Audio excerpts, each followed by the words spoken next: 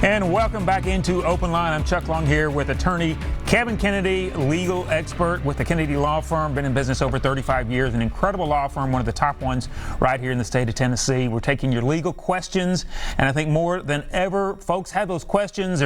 Obviously, we're in anxious times. We're here for you. Kevin's here to answer those questions. We've got a lot of you on the line. Kevin, already people calling in to get that great legal advice. We're going to go right back to the lines right now with Elaine. Elaine, we're glad that you're with us tonight. Do you have a question or a comment for Kevin? Yes. All right, go ahead. I'm Elaine Watkins, but don't speak my name. I worked at Nissan, but my contractor was Calsonic. And I worked there when I went out in 2016. And I broke my hip there. And I broke it in January, but I went out in August, and I told the lead, her name is Denise Burnside. We had a platform, so I was an inspector, and certain people were short like me, and the other person on first shift was short, so they had a platform for us to look and see the scratches and stuff on the radio. So with the platform there, and I stepped down off the platform, and the lead took my place, so I went to the bathroom, and I'm like, ooh. So I thought it was a catch. And so I kept on working. I worked on my hip for 6 months. Till the doctor finally realized that I had broke it. And so I was off of work that I couldn't work anymore. I think it was when my granddaughter graduated from middle school, from elementary going to the middle school. So I could walk. I'm like, I'm not coming back in. I'm going to sign myself out. So I signed myself out. And she said, did you do the work? I'm like, yeah. She said, do you want me to, before I left, I told my supervisor's name was Matt. I worked third shift. He said, you were right up. I'm like, they're not going to do anything. They're going to make me run around because I had my rotator cuff messed up, too. They gave me a run around about that. I done the hookup for 12 hours a day. And so did they ever give you a settlement? So I didn't think they would do anything about my hip. So Elaine, I'm gonna just kind of cut in because Kevin does have a question to ask you so that we can kind of get to the. So did they offer you a settlement under a workers' comp? So it's too late for me to get in and assist it? Well, as a general rule, under workers' comp, you have to make a first report when you've hurt yourself. And then you have to tell that to the company, and they send you to their doctor to do his analysis. If you don't report it, well, that creates problems. Is it absolute? No, it's not absolute. As a general rule, you got 1 year to file a claim for injuries in Tennessee. Workers' comp is an exception. So it's 1 year from the last time they paid a doctor bill or the last time that you received compensation from that. And then if you let your time run, it's done. It's over. And if that's 2016 and you've let a year go by since you received any payments or they paid any medical bills, it would probably be over. All right, so thank you for that. Yeah, Elaine, and again, Kevin, that helps folks out there because so many questions about what is that statute of limitations, what is the timeline, so always good to know. All right, we're going right back to our lines. Folks, if you are just tuning in, just wanted to give you a heads up, get on the line with us as fast as you can because our line's extremely busy. 737-7587 is the number to call, but we are going back. Pauline is on the line with us. Pauline, we're glad that you're with us. Do you have a question for Kevin? Yes, sir. We did a rental property, and in July of this year, our term was up. And we called in June, and he told, is it legal that they said if we moved out, we would still have to pay the rent until they get somebody in here? Okay. Here's what would control the answer to that question. It's your lease. So in the state of Tennessee, if you lease property for 1 year, 30 days before that lease runs out, you should have a good understanding, give them notice, I am moving out and I do not intend to renew the lease. And the leasee and the leaseor they have that obligation to try to chit-chat with each other and have a good understanding. A good understanding keeps down a misunderstanding. It behooves the leasee to, are y'all going to let me renew at the same money? If so, do I need to sign another lease? And sometimes you get into a situation where they say, we had no intention, your lease ran out, here's your 30 days, and get out. The problem that we're seeing so much of, it is really hard to find any place to rent. I want to say this too.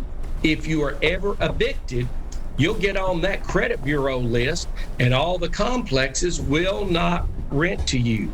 So you've got to really keep a good understanding. So I tell you to take a proactive approach.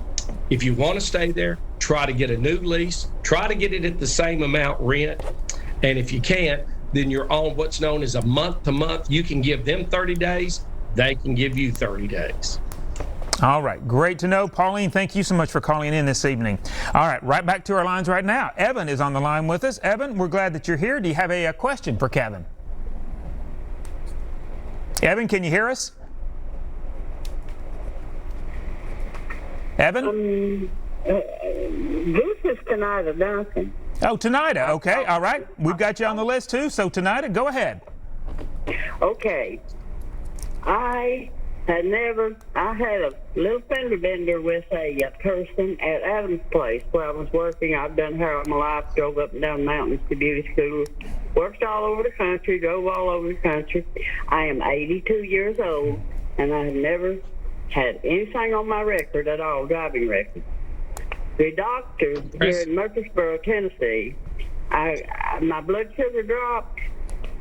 I'm a diabetic to agree, so I went to the ER. They gave me a prescription. They flagged it and revoked my driving privileges.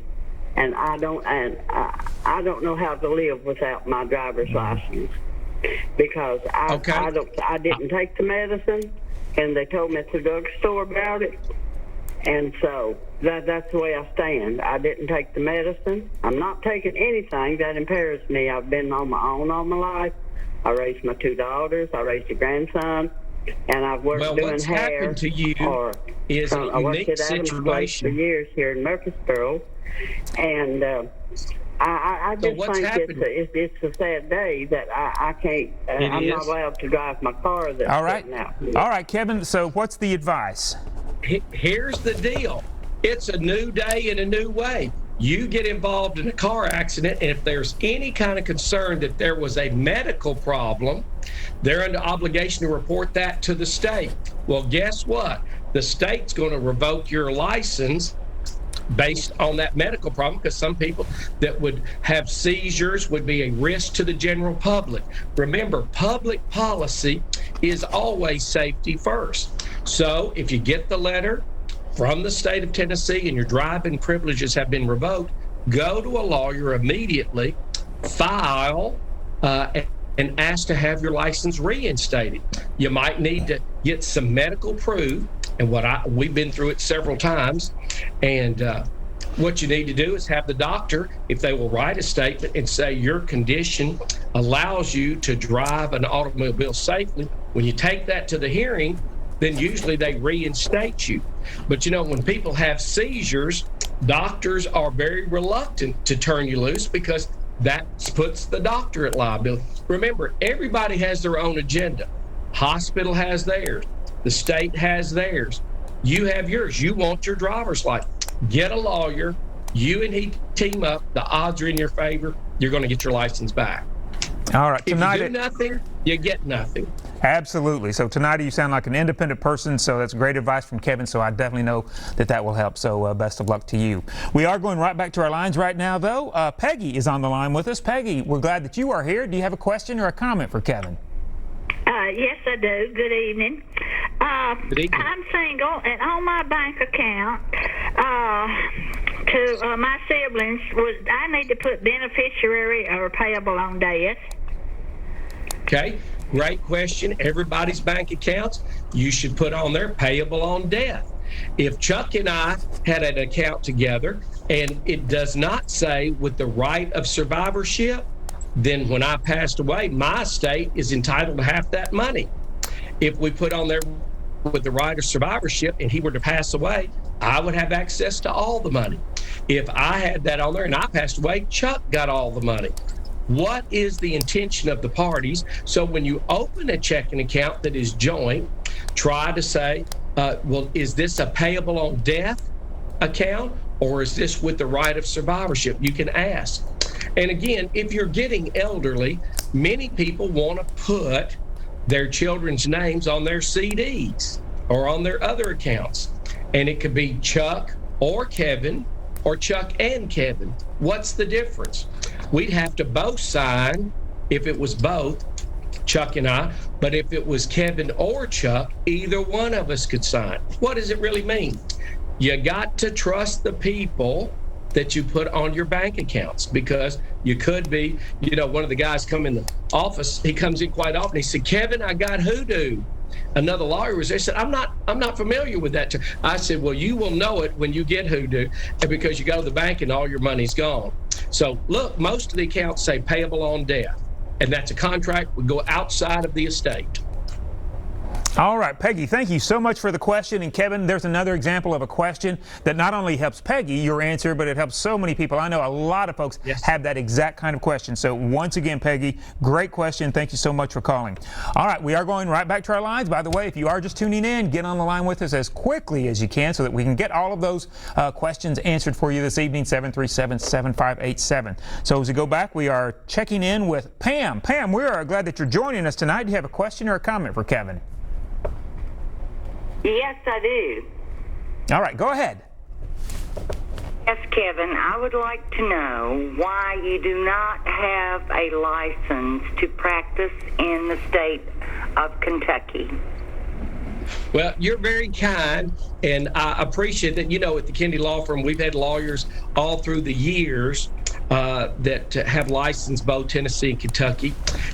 Quite frankly, I have been so overwhelmed in Tennessee. They said, well, how can you take on any more personally? So I have my hands full trying to help all the people in Tennessee. Tennessee is a pretty big state when you try to go backwards and forwards. But, the good news is we usually have friends in the network. That's one of the great things about getting an established lawyer. They usually have friends everywhere. So God bless you, and thank you for thinking of me. I'll teach you one more little trick that you may or may not know. There's a thing called pro hoc vici. So I could go to Kentucky if I chose to and file a motion with their court saying I'm a 36-year lawyer and I would like to practice law on this one case. And the judge has the ability to grant me that. And so I do that on occasion. Fort Campbell is right beside us. Half of Fort Campbell is Kentucky, half is Tennessee, but it's a federal court system. And so we do that all the time. Thank you so much for the question and your comment. Absolutely. Pam, you're like a lot of folks. We wish we could have Kevin in every state. So I tell you, he gives so much great advice. We really appreciate him. We appreciate your call as well. All right, right back to the lines. Okay, Anna, we appreciate you joining us on Open Line tonight. Do you have a question for Kevin? Yes, I'm a family history researcher, and excuse me, I'm very private, though. I don't put my family tree online. I don't post photos of relatives and so forth. And I had a relative I've never met, but through correspondence and whatever, she was interested in these pictures, and I said, I'm happy to email them to you. I just don't want them online. She agreed to that, but she did share it with someone else, another relative of hers, and they ended up online.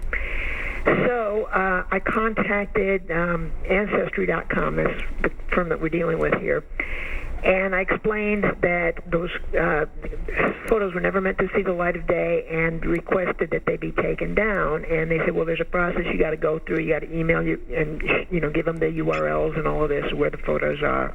I did that. They came back to me and basically didn't acknowledge my even having done that, but just basically added to it saying I needed to provide them with a sworn statement that these photos belonged to me under penalty of perjury and all that. I did that.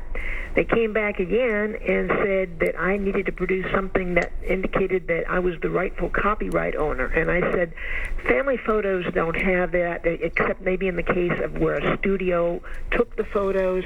I said, these were photos that were taken, you know, these people are not even alive. And in the case of one of the photos, they've got someone who's still living, which is definitely a no-no. So, at that point, they came back to me and said, the content you're requesting to have removed from our databases has been submitted by one or more of our users, and per the terms of service on our website, we are not responsible for managing individual user submissions and so forth. Now, there's something called the DMCA, the Digital Millennium Copyright Act, and I just found out about this. I mean, I was assuming there was something like this, but I didn't have the language of it. And it says, upon receiving proper notification of claimed infringement, the provider must expeditiously take down or block access to the material and so forth. So my question is this. I can go back to them and cite the DMCA, but they may come back with, I mean, I'm sure they've got a team of lawyers, so what do I do at that point? Well, it kind of gets down to some, I might even start with the Attorney General, Tennessee Consumer Affairs. There's some advocacy groups out there. But I think the big situation gets down when people share these photos, they take on a life of their own. And I want to take this opportunity and share with you, people hack all the time, photos. If you didn't know this, they can hack medical records. I had dinner with a master guy, and I said, well, how many people work with you? He said, 600. I said, is there anything that can't be hacked? He said, there is nothing that can't. And he worked for banks and hospitals. So again, photos, they are private property. They do have copyright. You could pursue having those photos trademarked and copyright, and that would give you superior property rights. At this point, they're out there. I would seek the Attorney General opinion, and I would seek Tennessee Consumer Affairs, see if I could get some assistance from them. Even the Federal Trade Commission, because those are going across state lines. But you should be a lawyer. You do a lot. You were quoting it. Go get them. Absolutely. And the good information, did her homework. So thank you for that call, Anna, and thanks for that advice as well, Kevin. A lot of you on the line with us, but we do need to take a short break. But when we return, we'll get all those questions. If you do have one, get online with us now, 737-7587. You're watching Open Line.